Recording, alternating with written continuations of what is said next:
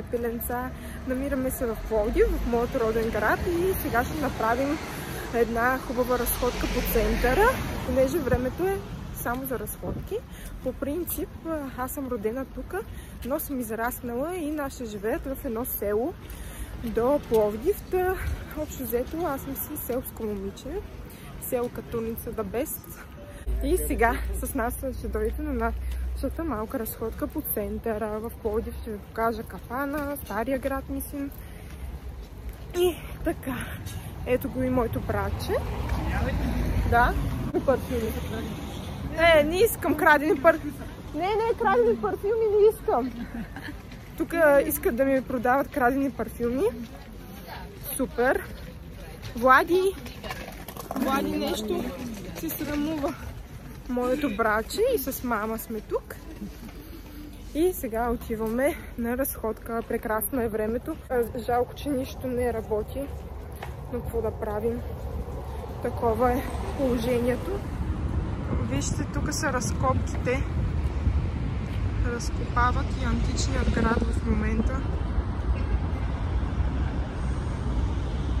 И сега отиваме на мама да й оправят гривната, златната гривна, понеже и се скъса.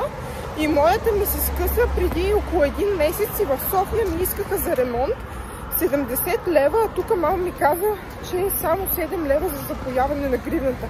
Смятайте какви са оберджи в София.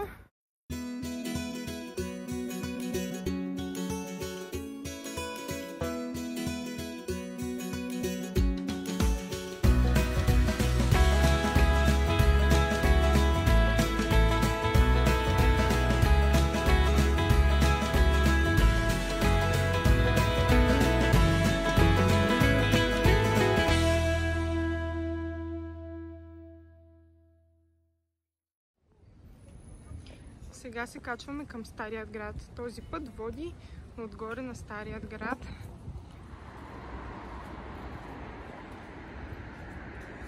Ето това е пътя към Старият град. Сега отиваме.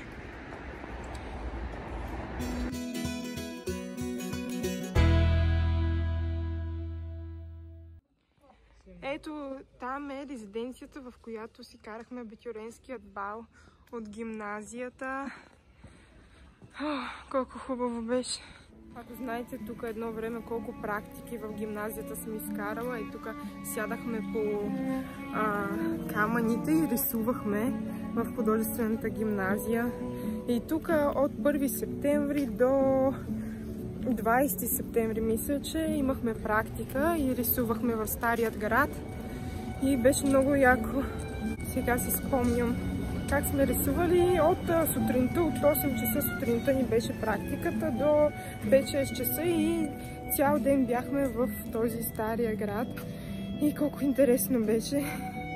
И насядахме тук по камъните и рисувахме ето тази.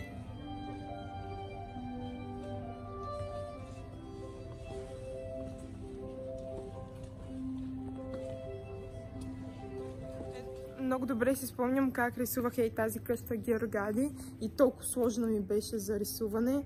Тя наистина си е много сложна. Ох, колко спомени ми да навяват тук.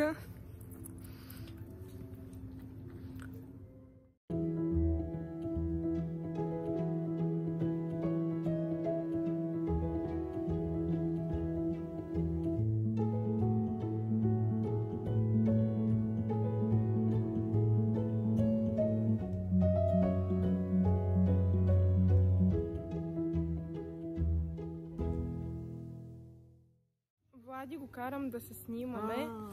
И сега ще снимам с моето братче тук в Старият град, нали, Влади? Да, малко се срамува. Како не дей срамувай. Искам да ме снимаш, да си направя много хубави снимки с теб и да качим после за Инстаграм. Вижте колко е красиво тук, колко спомени имам. Владинка! Како стига си ме прегърнала като някоя... Защо да не те прегръщам? Ли си моето братче? Хубаво, ма... Така си ме прегърнала като някаква монахиня. Каква монахиня, бе? Сега ще си направим снимки и след... Мамо! И сега след като си направим снимки в Старият град, се запътваме към капана. Дано е отворено. Има там много вкусни неща за хапване. Да хапнем нещо и ще ви покажем и капана. Но сега трябва да накарам Влади по някакъв начин да ме снима. Но той много не иска да се снимам, а какво да правя? И тук колко спомени имам хора. Точно е там на входа на това заведение. Сядахме и рисувахме. Колко е красиво. И тази къща съм рисувала. Много е красиво.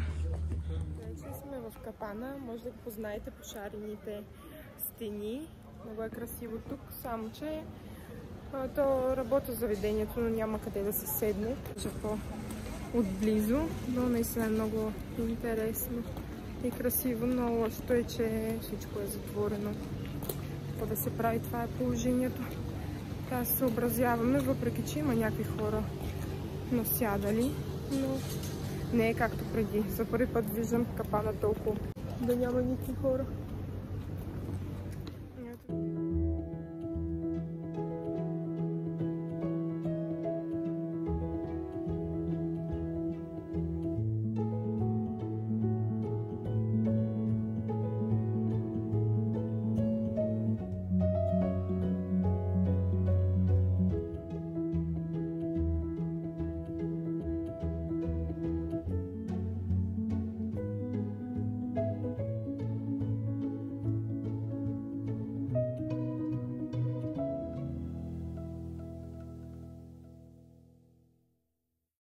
Свършихме с разходката в капана. Показах ви каквото исках да ви покажа.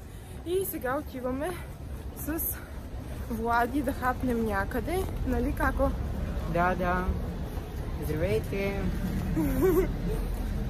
Да, много е хубаво, приятно времето. Даже сега ми е супер топло, така както съм облечена. Обаче все така да бъде времето идеално.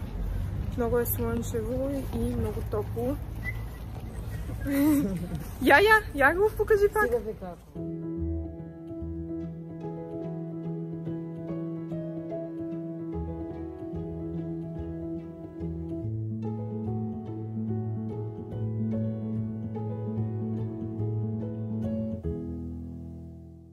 Чакаме сега на опашка пред Макдоналдс да хапнем, защото не трябва да се влизат много хора и трябва да изчакаме тук. Много съм гладна. Бъде ти гладен ли си? Понеже е забранено да се яде в Макдоналдс, ще отидем да хапнем в градската градина. Так му и нея да ви покажа. И си взехме ядене. Да се надем едно хубаво с вредна храна. Ще хапваме с вредна храна. Кока-колата е за мен. С ламката и троен чизбургер имам. Влади, ти какво имаш? Това е за тебе. Това ли е тройния чизбургер? Хора, не съм яла от месец Макдоналдс. За картофите им умирам. Нали, Владинка? Няма по-вкусни картофи, ама са толкова вредни, ама какво да правиш? Един път се живее. Тук пенсионерския клуб играят карти.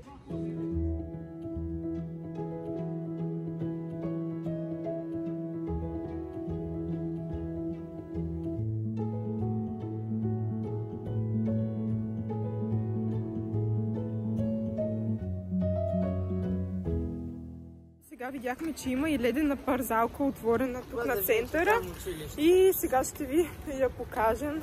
Много е голяма и се чуда дали... Искаш ли, Вой, да се качим на ледена парзалка? То и аз не мога да карам, обаче те е яко. Искаш ли да се качим на ледената парзалка?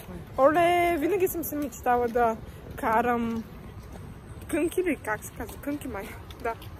Сега ще видим дали... Кънки на лед. Да, кънки на лед. Да видим дали ще може да караме. Освен да се прибия. Друго няма да направя. Но е доста голяма. Има супер много хора. Което не е редно. Да има толкова много събиране на хора на едно място. Ама както и да е. Да направим изключение сега, поне хората да се забавляват малко с тая зимна парзалка. Чакайте да ви я покажа и сега. До нея сме.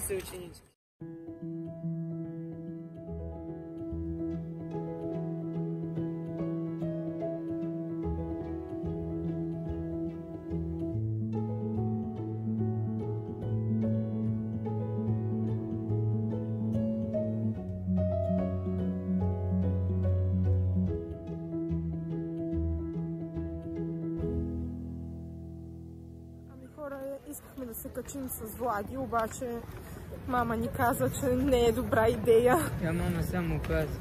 Еми да, обаче Влади, ако паднем, какво правим след това? Мале, и тук има много разкопки, гледайте. Това не съм го виждала, мамо. Те сега ли са го разкопали? Леле, смятай, от кога не съм идвала. Колко е красиво. Може и да слезем надолу, обаче.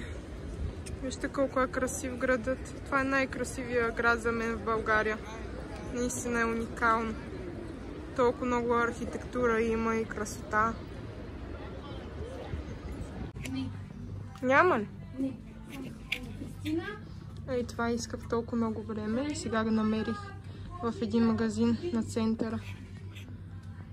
Го мера.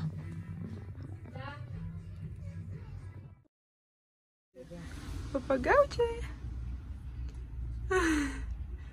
Тук сме в един зоомагазин. Храна за папагали. Вълнисти. Тук има папагалче. Джакчо! Вижте го, вижте го. Джаки! Къде си, бе? Джакика! Ой, накакал хубавеца! Вижте ми кученцето на село, колко ми е хубав Джако! Джако! Джако, ела бе! Ела тук при какато ни, бе! Ето вижте какво си имаме тук. Едно морско свинче. Моето братче го е изкарал малко навънка. Джиджо! Джиджо! Джиджо, бе! И папагалчета си имаме тук на село. Вижте колко са хубави. Судори. Оп.